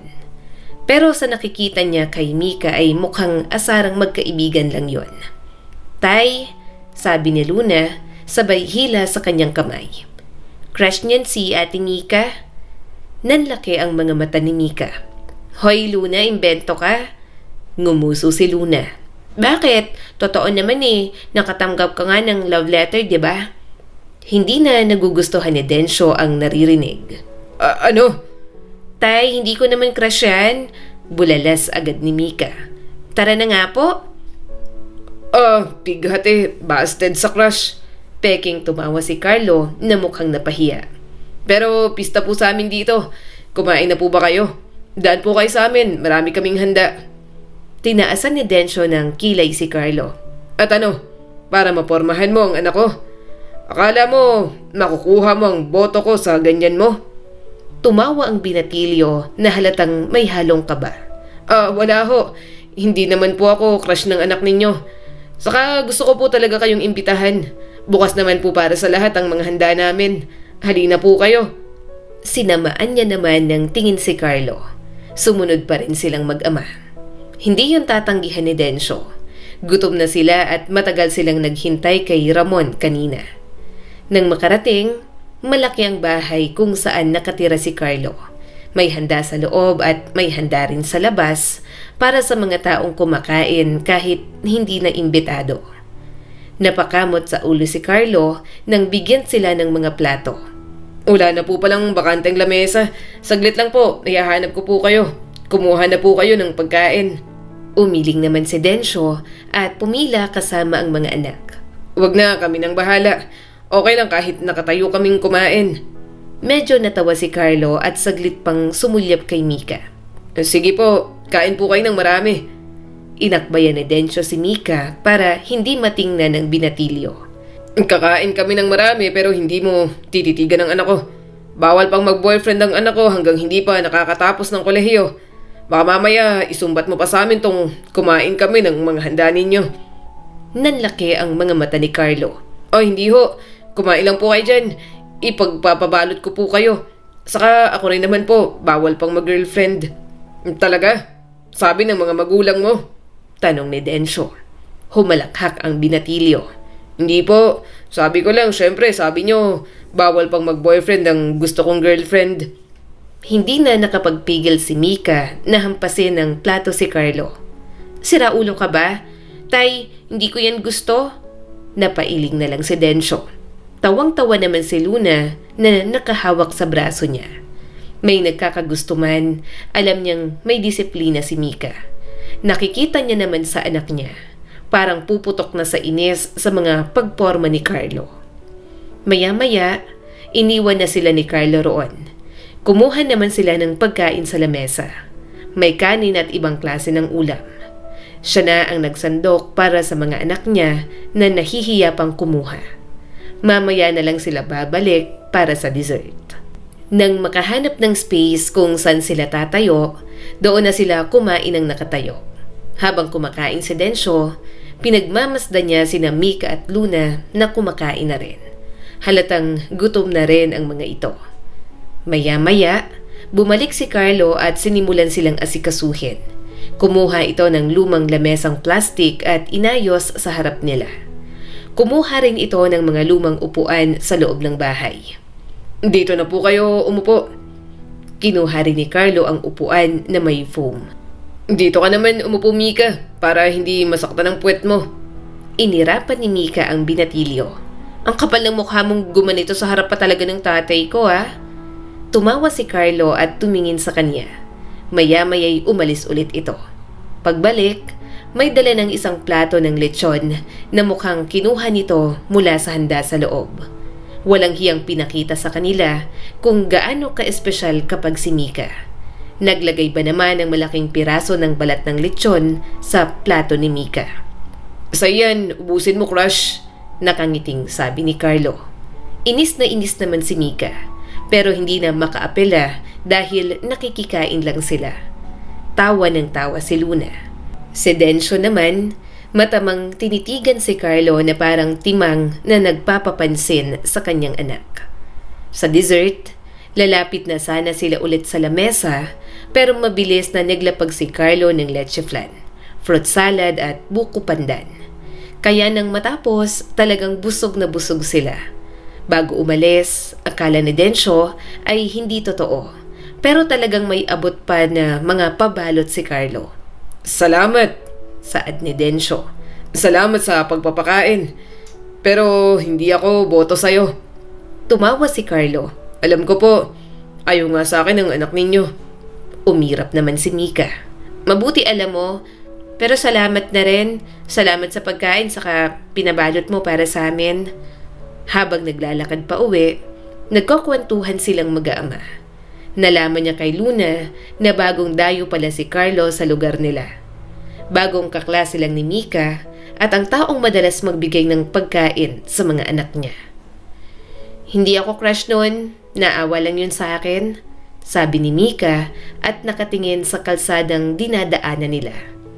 Palaging ang nakikita na talbos ng kamote ang ulam ko. Hindi na siya nagsalita. Alam niya ang tingin ng awa at alam niya rin ang tingin ng paghanga. Nakikita niyang may paghanga si Carlo kay Mika. Pero ayaw niyang palawakin pang usapan. Mga bata pa naman ang mga ito. Hindi dapat yon ang mga bagay na iniisip ng mga ito sa panahong iyon. Nang makauwi, marami pa silang pagkain at ang iba ay aabot pa ng umaga. Kaya tinabi na lang niya. Nang naghanda na sila sa pagtulog, parang pati mga anak niya hindi makatulog sa dami ng mga nangyari kanina. Lalo na sa bahay ni Ramon. Tumingin sa kanya si Luna. Bakit po? Bakit parang ang baba ng tingin ng ibang tao sa atin? Parang may kumurot sa dibdib ni Densyo. Hindi siya agad nakasagot. Kanina po, patuloy ni Luna. Narinig ko po yung dalawang babae sa bahay ni Tio Ramon. Sabi nila, ayan na naman yung mga kamag-anak ni Ramon na laging nakikikain. Napayoko si Luna. Hindi ko po alam kung galit ako o nahihiya. Nanikip ang lalamunan ni Densyo. Narinig mo yon? Tumango ang bata. Opo, tahimik si Mika pero biglang nagsalita. Ako rin po tay, narinig ko yon. Hindi na lang po namin sinabi sa inyo kanina. Napalingon si Densyo. Kita ang lungkot sa mga mata ng kanyang mga anak. Pare-pareho silang nalulumbay sa tingin ng mga tao sa kanila. Hindi ko po makalimutan, sabi ni Mika. Nung pumasok po yung mga bisita ron, may isang babae pong tumingin sa akin at sa inyo mula ulo hanggang paa. Para bang hinuhusgahan po tayo kung bakit po tayo nandoon. Napakuyom ang kamay ni Densyo. Pasensya na kayo. Hindi na dapat tayo nagpunta ron. Naghintay lang tayo sa wala. Huminga ng malalim si Mika. Gusto ko pong magsalita pero tumahimik lang po ako. Pero parang bumalik lahat. Yung sa eskwelahan na pinagtawanan po ako at yung nagreklamo po tayo. Hindi tayo pinansin kasi wala naman po tayong pera. Walang masasabi sa buhay. Walang bilang. Bumigat ang dibdib ni Densyo. Parang bumalik sa kanya ang eksenang yon. Ramdam nga yun ni Mika noon pero hindi ito nagsalita. Katulad niya, nasaktan din na binaliwala lang sila ng ganoon. Pasensya na mga anak. Bigla niyang sabi. Kung hindi tayo mahirap na ganito, hindi sana malupit ang mundo sa atin. Umiling si Luna. Hindi naman po ninyo kasalanan, Tay. Mayaman o mahirap, may mga masasama pa rin naman po. Malungkot na napangiti si Mika. Matagal na po naming alam na hindi po pantay-pantay sa mundong ito, Tay. Sabi nila, ginawa raw po ng Diyos na hindi pantay-pantay ang mga tao para kailanganin ng isa't isa. Pero minsan hindi po ako naniniwala ron. Kasi kung mas mababa ka, hindi po nila kailangan. Mas kailangan po nila ang mas angat sa kanila o kasing antas nila. Kapag mas mababa, sa halip na hilahin pataas, mas lalong tatapakan. Ang lungkot po ng mundo, Tay. Madaling naman ibigay ang kabaitan at kabutihan, pero parang hirap na hirap pa rin ang mas marami. Masaya naman po kami kanina kasi nakakain po tayo kina Carlo. Pero masakit lang talaga na ganun po ang ginawa sa atin ng pinsan mo, Tay. Tahimik silang tatlo sa ilang sandali. Tama nga si Tawing. Masarap kakwentuhan ang mga anak nila. Mga bata pa lang pero marami nang naiintindihan sa mundo. Hindi man sila pinalad sa buhay, pinalad naman sila na napapalaki ng maayos sina Luna at Mika. Tay, muling nagsalita si Mika at medyo naiiyak na. Ayaw ko na pong maramdaman yun ulit. Tay, ayoko na pong tratuhin tayo na parang mas mababa. Huminga ng malalim si Densyo. Naiiyak na rin dahil sa mga luha ng mga anak niya. Hindi kayo mababa. Wala kayong kasalanan. At ang tanging paraan para hindi kayo diyurakan ng mundo ay huwag kayong susuko. Makakaahon din kayo. Laban lang sa buhay. Tumango si Mika. Mag-aaral po ako ng mabuti. Pangako. Hindi lang po mabuti. Mas gagalingan ko pa. Para wala na pong makapagsabi na wala tayong bilang. Para kahit wala tayong pera, may pagmamalaki pa rin po tayo. Ipaparanas po namin sa inyo ni Luna ang maginhawang buhay. Kaunting tiis at hintay lang, Tay. Ginagawa mo ang lahat para sa amin, kaya gagawin din po namin ang lahat para sa inyo. Tumango si Luna. Masigla ang mga mata kahit may luha. Ako rin po, Tay. Mag-aaral po ako ng mabuti. Ayoko pong matawag na nakikikain o kawawa. Gusto ko pong maging mahalaga tayo kapag may mga okasyon. Napatawan ng marahan si Densyo, kahit may luha rin ang mga mata niya. Anak, mahalaga na kayo. Simula pa lang. Hindi man kayo mahalaga sa ibang tao, pero mahalaga kayo sa amin ng nanay ninyo. Lumapit siya at niyakap ang dalawa ng mahigpit. Parang ayaw niyang bitawan ang sandaling yon. Gusto niya lang makinig sa mga saloobin ng kanyang mga anak. Makinig kayo sa akin, sabi ni Densyo habang hinahaplos ang buhok ng mga ito. Hindi ko maipapangako na hindi kayo masasaktan. Hindi ko rin maipapangako na hindi na kayo huhusgahan ng ibang tao. Pero ipinapangako ko, hindi ko kayo iiwan. At gagawin ko ang lahat para makapag-aral kayo. Tahimik na umiyak si Luna sa balikat niya. Si Mika naman ay mariing tumango at parang may sinusumpaan sa sarili. Tay, sabi ni Mika, balang araw tayo naman ang may handa. Hindi na natin kailangan maghintay sa handaan ng iba para lang makakain ng masasarap. At kapag may handaan, iimbitahin tayo kasi mahalagang bisita na rin tayo. Napapikit si Densyo. Mabigat pa rin ang puso niya dahil alam niyang mahaba ang lalakbayin nila. Mahirap, masakit at paulit-ulit na pagsubok. Pero sa gabing yon, may nagbago. Ang hiya ay hindi na lang hiya. Ang sakit ay hindi na lang sakit. Naging paninindigan yon nilang mag-aama para makuha ang mga bagay na gusto nila. Simula ng gabing yon, mas tumibay pa ang determinasyon ni Densyo. Lumabas siya ng bahay, bitbit ang lumang bag. Sa labas, malamig pa ang hangin, ngunit ang maliit na bukid na dati niyang inaasahan ay wala na. Ang mga pananim niyang mais at gulay, winasak ng nagdaang bagyo. Putik na lang at tuyong tangkay ang naiwan. Wala na, bulong niya habang nakatingin sa lupang dating nagbibigay buhay. Hindi na pwedeng dito na lang. Wala siyang ipon, wala siyang puhunan, pero may katawan pa siya. May 2 kamay, may likod na kaya pang magbuhat. At higit sa lahat, may mga anak na umaasa. Dumiretso sa bayan. Sa unang araw, naghanap siya at lumapit sa mga kakilala niyang may trabaho. Kaya mo bang maghalo ng semento? Tanong ng isang foreman. Opo naman, sagot ni Densyo. Sanay po ako sa trabaho. Walang problema po sa akin kahit na mabigat ang trabaho. Pinabuhat siya ng hollow blocks, pinaghakot ng buhangin, pinaghahalo ng semento. Sa bawat buhat, parang may pumipitik sa mga ugat niya. Nanakit ang balikat at nanginginig ang tuhod. Ngunit sa isip niya, nakita niya si Mika na nagbabasa ng libro. Si Luna na nakayuko sa mesa at nagsusulat. Para sa inyo to, bulong niya habang pinapasa ng sako. Pag-uwi niya ng gabing yon, pagod na siya. Nanginginig ang kamay niya habang binubuksan ng pinto. Tay, mahinang tawag ni Mika. Nandito na, sagot niya at pilit nang umiti. Napansin agad ni Luna ang mga gasgas sa braso niya. Tay, anong nangyari? Trabaho lang. Ayos lang to. May dala akong pagkain. Lutuin niyo para makakain na tayo.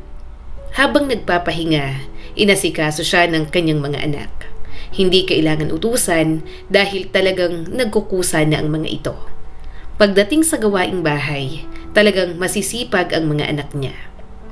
May baon po kami bukas? Tanong ni Luna sa kanya habang naghihiwa ng sibuyas. Oo naman, syempre. Nakangiting sabi ni Densyo at humiga na muna sa mahabang upuan na yari sa kawayan. Hindi naman panghabang buhay ang trabaho sa construction. Kapag natapos, wala na ulit trabaho. Kaya nagpatulong siya sa mga anak na gumawa ng biodata at kumuha na rin siya ng barangay clearance. Minsan, nilalakad niya lang pauwi mula bayan hanggang sa bahay. Sobrang mahal ng pamasahe at nanghihinayang talaga siya. Pagod na siya sa trabaho, pagod pa siya sa paglalakad. Pero hindi siya kailanman nagreklamo.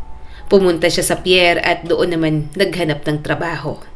May malapit na malaking palengke kasi roon at pakiramdam niya, doon siya hindi mawawala ng trabaho.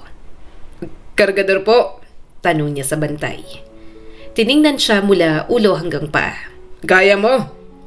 Kakayanin naman ho, may dala rin po akong biodata saka barangay clearance.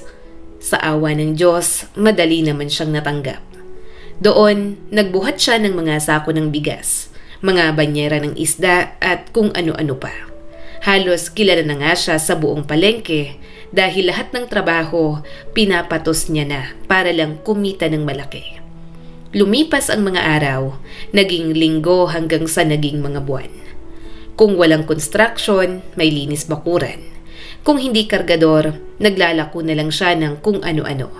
Tinanggap niya ang lahat. May mga gabing hindi na siya makabangon agad. May umagang sumasakit ang likod niya bago pa man siya makatayo.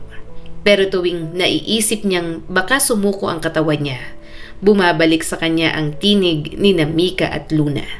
Nagkakaroon ulit siya ng lakas ng loob. Lumipas pa ang mga taon, pareho nang nasa high school sina Mika at Luna. Mas malaki na ang gastos pero kinakaya pa naman ni Densyo. At alam niyang mas lalo niya yung kakayanin dahil sa mga anak niya. Tay, with honor ako. Gagraduate akong with honor. Nakangiting sabi ni Mika. Si Luna rin po, Tay. Umawang ang bibig ni Densyo. Hindi siya makapaniwala. Masayang-masaya ang puso niya para sa kanyang mga anak. Mabuti naman, ibig sabihin nag-aaral kayo ng mabuti. Kaya nang dumating ang araw ng graduation at recognition, sobrang pagmamalaki ang nararamdaman niya. Nag-aaral ng mabuti ang kanyang mga anak, kaya wala siyang dapat ikahiya roon. Dahil sa saya niya, nag-ipon siya para roon kaya pinakain niya ang mga anak sa labas. Celebration na rin nila para sa nakamit ng mga ito. Salamat po, Tatay, bulalas ni Luna at yumaka pa sa kanya. Napangiti si Densyo at inilapag ang pagkain sa lamesa. Sige, kumain lang kayo. Yan ang regalo ko sa inyo. Pagkatapos noon, nagpatuloy na ulit ang mga buhay nila sa mas mahirap na paraan. Pero ganoon nga talaga yata. Mas humihirap pa lalo ang lahat kapag malapit na sa pangarap. Si Mika nasa college na at nakakuha ng scholarship. Nagtatrabaho rin ito bilang part-time crew sa isang fast food restaurant. Kaya ang mga panggastos nito, natutugunan nito sa pamamagitan ng sarili. Nag-aabot din naman si Densyo, basta tulungan silang tatlo para hindi maging mabigat ang lahat. Magandang umaga po, Mang Densyo. Nakangiting bati ni Carlo habang nakasampa sa motor nito. Ready na po ba si Mika? Tinapik niya ang upuan ng motor nito. Oy, Carlo. Pinayagan kitang manligaw sa anak ko pero hindi ibig sabihin na pwede na siyang mag-boyfriend. Hintayin mo munang makatapos sa pag-aaral. Tumawa naman si Carlo. Opo, alam ko naman po yun. Hindi po ako magte-take advantage sa anak ninyo. Maswerte lang po akong kumag na napagbigyang manligaw. Hirap din naman pong suyuin si Mika. Alam niyo po na inis sa akin yun simula high school. Ngayon lang parang nagiging open sa akin. Tumaas ang mga kilay ni Densyo habang umiinom ng kape. Batid niya yon pero batid niya rin na habang lumalaki ang kanyang anak, hindi naman ito maiiwasang magkagusto sa isang lalaki. Kaya hinahayaan niya ang mapalapit kay Carlo. Sa ilang taong nagpapapansin si Carlo, nakilala niya na ang binata. Makulit man, magalang at seryoso talaga ito pagdating kay Mika. Kampante rin siya na nag-alok ito ng maghatid sundo sa panganay niya. Bukod sa makakalibre ng pamasahe, masigurado si Densyo na safe si Mika, lalo na at gabi nang madalas umuwi ang anak niya. Tay, alis na po ako, sabi ni Mika at nagmano sa kanya. Tumango naman siya. Sige, ingat anak. Napatingin si Densyo kay Carlo nang ngiting-ngiti habang nakatitig sa anak niya. Ako nang magsusuot ng helmet sa ulo mo. Marahang isinuot ni Carlo ang helmet sa ulo ng anak niya. Masyado nang kinikilig si Carlo kaya tinuktok niya ng helmet ng binata na suot nito. Kilig na kilig ka naman dyan, hoy. Hindi mo girlfriend ang anak ko, ha? Tumawa si Mika at yumakap sa kanya. Bye po. Bye, Tay. Sumakay na si Mika sa likod ng motor. Napabuntong hininga na lang siya nang makitang kumapit ang anak niya sa balikat ni Carlo. Hindi yata siya kailanman masasanay na may ibang lalaki na mag-aalaga sa mga anak niya. Nagkatinginan sila ng binata. Hindi niya nakita ang ngisi nito pero kita naman niya ang saya sa mga mata. Bye, Tay. Paalam ng loko-lokong si Carlo nang paandarin na nito ang motor. May pahabol naman na hampas sa helmet si Densyo. Sira ulo, patakbuhin mo na. Baka maliit pa ang anak ko. Tuloy-tuloy ang buhay para sa kanilang tatlo. Nang dumating ang 3rd year at 4th year, mas lalong naging mahirap talaga para kay Mika. Kaya si Luna, sa halip na mag-college ay naisipan munang tumigil ng 1 taon para tulungan ang ate nito sa pag-aaral. Nalulungkot si Densyo pero masaya siyang makitang nagtutulungan ang magkapatid. Hanggang sa wakas, nakapagtapos na si Mika sa kolehiyo. Nagkaroon ng trabaho sa isang private school at si Luna naman ang pinag-aral. Ate Mika, lumabas na raw yung LET results. Tingnan mo na. Dali! Malakas na sabi ni Luna.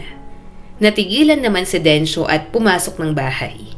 Nakita niya ang mga anak na abala sa lumang laptop at tinitingnan ang pangalan ni Mika. Nang makita niyang naluha ang panganay niya, agad siyang lumapit. Bakit anak? Hindi ka ba nakapasa? Mahina niyang tanong dito. Umiling si Mika at napaluha. Nakapasa po ako, tay. Umawang ang bibig ni Densyo. Talaga? Ang galing talaga ng anak ko. Naluluha na rin si Luna at yumakap sa kanila. Tay, nasa top po siya. Nakapasok hanggang top 5. Nanlaki ang mga mata ni Densyo at sinapo ang mukha ng kanyang anak. Totoo ba yun, Mika? Paano? Natawa naman ito. Kaya nga po yun din ang tanong ko. Hindi naman po ako nakagraduate na may Latin honors. Basta po nag-aral lang ako ng mabuti. Gusto ko lang pong makapasa.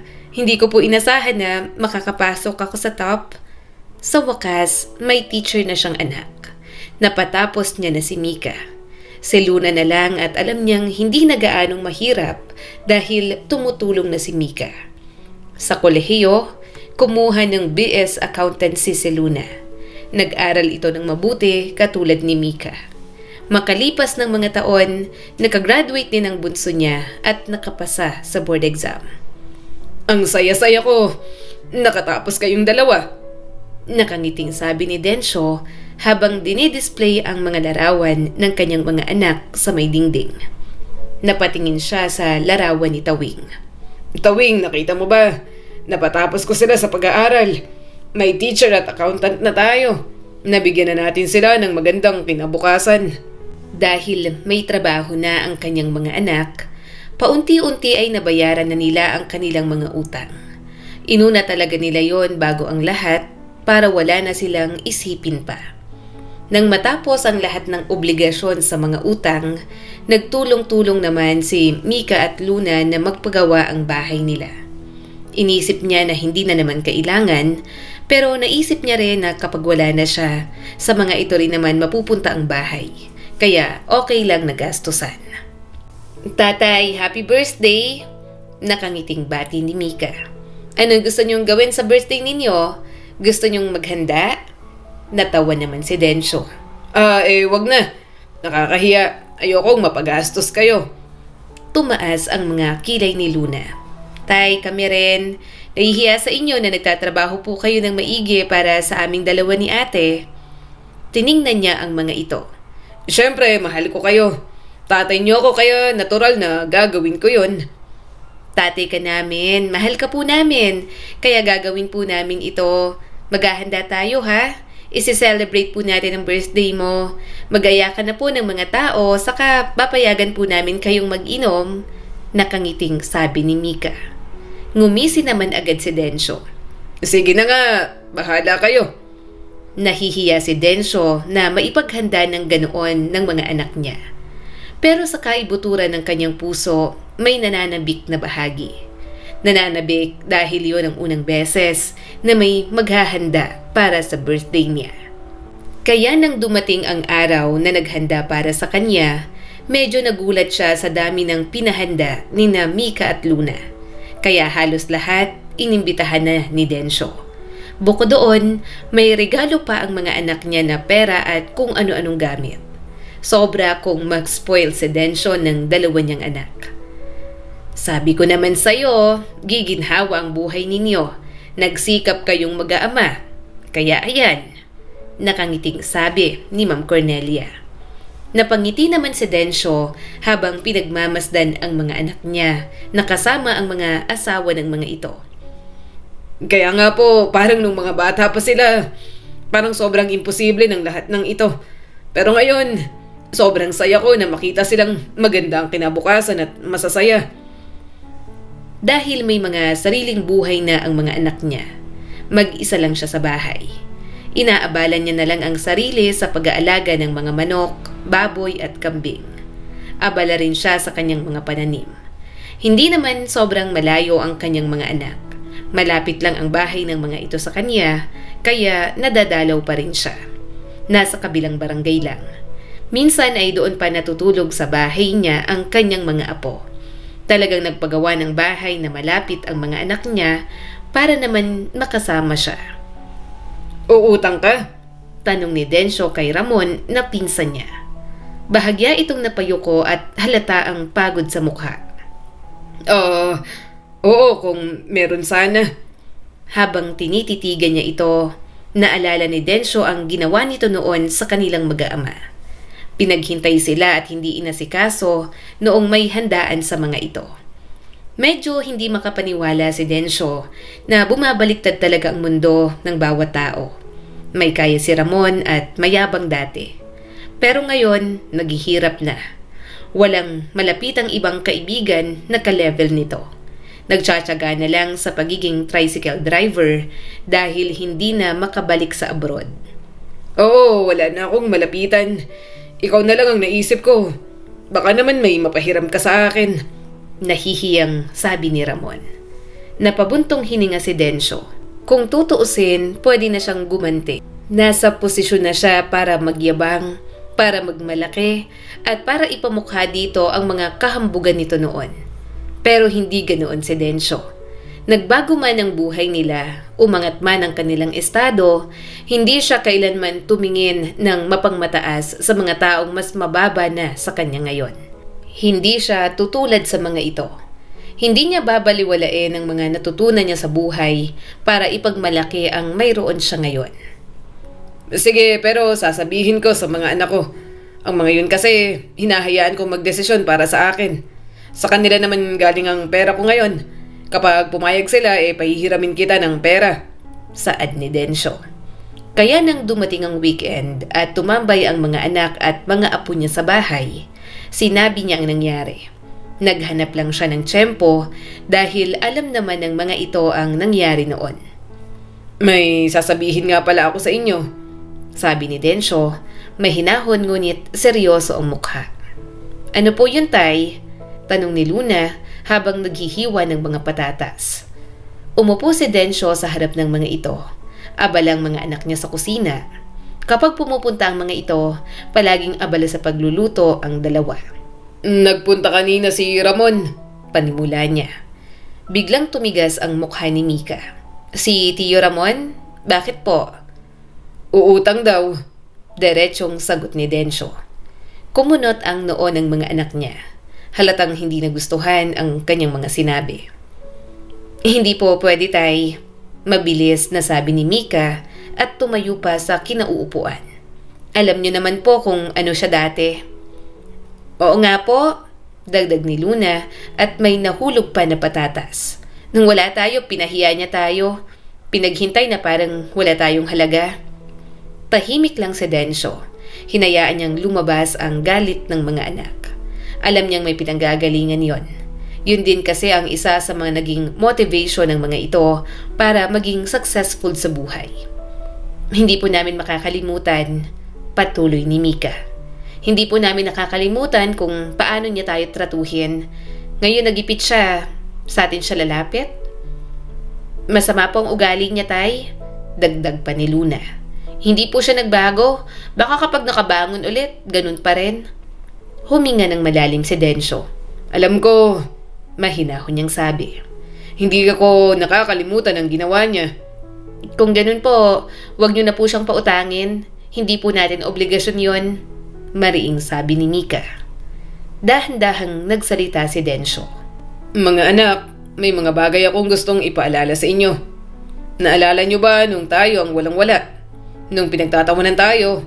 Nung parang walang gustong tumulong? Nung halos hindi tayo pansinin sa school nang magreklamo dahil napahiya ka, Mika? Tumango si Mika. Opo, at hanggang ngayon, may galit pa rin ako kay Ma'am Mendoza. Kung may pagkakataon lang na ipamukha ko sa kanya lahat ng pagpapahiya niya sa akin noon. Kaso, maaga lang po siyang nawala sa mundo. Hindi mo ba naisip na baka hinayaan ng Diyos na mawala ang teacher na nakaalitan mo para hindi ka na magtanim ng galit? Makinig muna kayo, saad ni Densyo at tiningnan ang kanyang mga anak. Kung doon pa lang nagtanim na ako ng galit sa lahat ng mga taong umapi sa atin. Sa tingin nyo, nasaan kaya tayo ngayon? Nanahimik ang mga ito. Ang sama ng loob, parang mabigat na sako. Habang mas matagal mong binubuhat, mas lalo kang napapagod. Hindi ang kaaway mo ang nasasaktan, kundi ikaw. Pero Tay, Mahinang sabi ni Mika.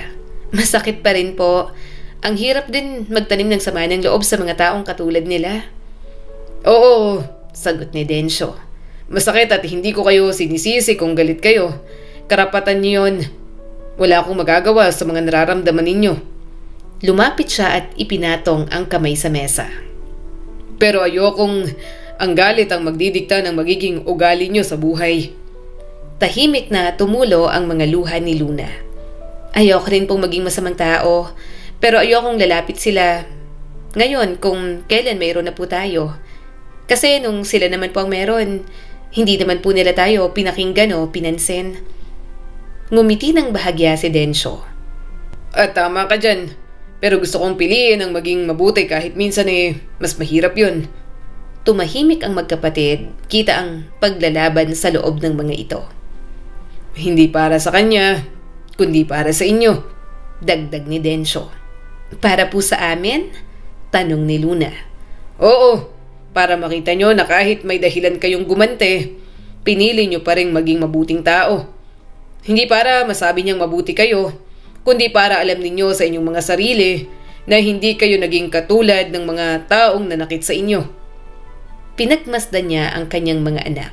Ayaw na ayaw niyang magtatanim ng sama ng loob ang mga ito. Hindi magandang damdamin yon. Gusto niyang kapag nawala na siya, baunin pa rin ng mga anak nila ni Tawing ang mga tinuro niya. Grade 4 lang ang natapos ni Densyo, pero hindi naman mahirap maging mabuting tao kung pipiliin niya. Unti-unting umupo si Mika. Tay, sorry. Galit po agad ang naramdaman ko. Parang gusto ko siyang ipahiya tulad ng ginawa niya sa atin noon. Normal yun, sagot ni Densyo. Pero hindi lahat ng normal ay tamang gawin. Hindi dapat tayo basta-bastang nagpapadala sa ating mga emosyon. Sige po, sabi ni Mika matapos ang ilang sandali. Pero isang beses lang at nalinaw na utang. Kapag hindi po siya nagbayad kahit dahilan pa niyang mundo, huwag na pong uulit. Hindi po tayo bangko. Hindi rin po tayo pwedeng tapakan ulit. Napangiti si Densyo dahil sa pagmamalaki. Kaya sa sunod na balik ni Ramon, walang pagdadalawang isip na pinautang niya ito ng pera. Para naman yon sa pagpapaospital ng asawa nito. Hindi rin mabigat sa kanya na mabawasan ng perang yon.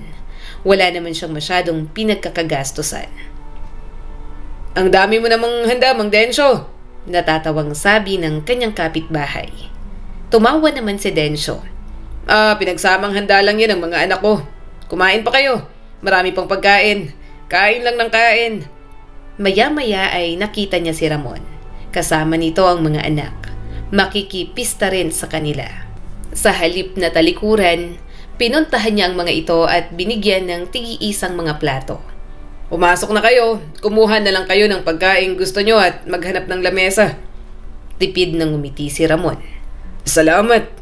Binigyan niya rin ito ng isang ngiti. Habang nasa may gate, pinagmasdan ni Densyo ang mga bisita nila. Kung noon yon, walang taong pupunta sa bakuran nila. Wala naman silang handa. Nagtsatsaga nga lang sila palagi sa talbos ng kamote. Pero nang sandaling yon, hindi na kailangan magtiis sa talbos ng kamote lang. Salamat sa Diyos, nagbunga ang mga pagsisikap nila. Salamat sa Diyos, nagkaroon na sila ng masaganang buhay. Ang kwentong ito ay nagpapaalala sa atin na ang kahirapan ng isang tao ay hindi sukatan sa kanyang pagkatao. Kaya sana ay huwag nating husgahan ang mga tao na sa tingin natin ay mas mababa kaysa sa atin. Pinapakita rin ang kwentong ito na mahalaga pa rin ang pagsisikap para maging matagumpay sa buhay. Sa huli, ang pinakamahalagang panalo ay hindi ang pag-angat natin sa paningin ng iba, kundi ang pananatiling tapat sa sarili, magaan ang loob, at buo ang puso kahit gaano pa kabigat ang ating mga dinanas. Muli, ako po si Skylar Guro at sana ay may bago na naman kayong natutunan sa kwento natin ngayon.